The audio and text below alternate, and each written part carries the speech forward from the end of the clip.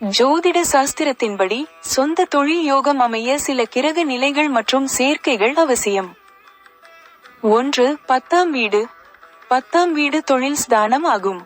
இந்த வீடு வலுவாக இருந்தால் சொந்த தொழில் தொடங்குவதற்கான வாய்ப்புகள் அதிகம். 2. புதன். புதன் கிரகம் புத்திசாலித்தனம், வணிகம் மற்றும் பேச்சாற்றல் ஆகியவற்றை குறிக்கிறது. புதன் பலமாக இருந்தால் சொந்த தொழிலில் நல்ல லாபம் ஈட்ட முடியும். மற்றும் 3. சனி. சனி கிரகம் கடின உழைப்பு, பொறுமை மற்றும் நிலைத்தன்மையை குறிக்கிறது.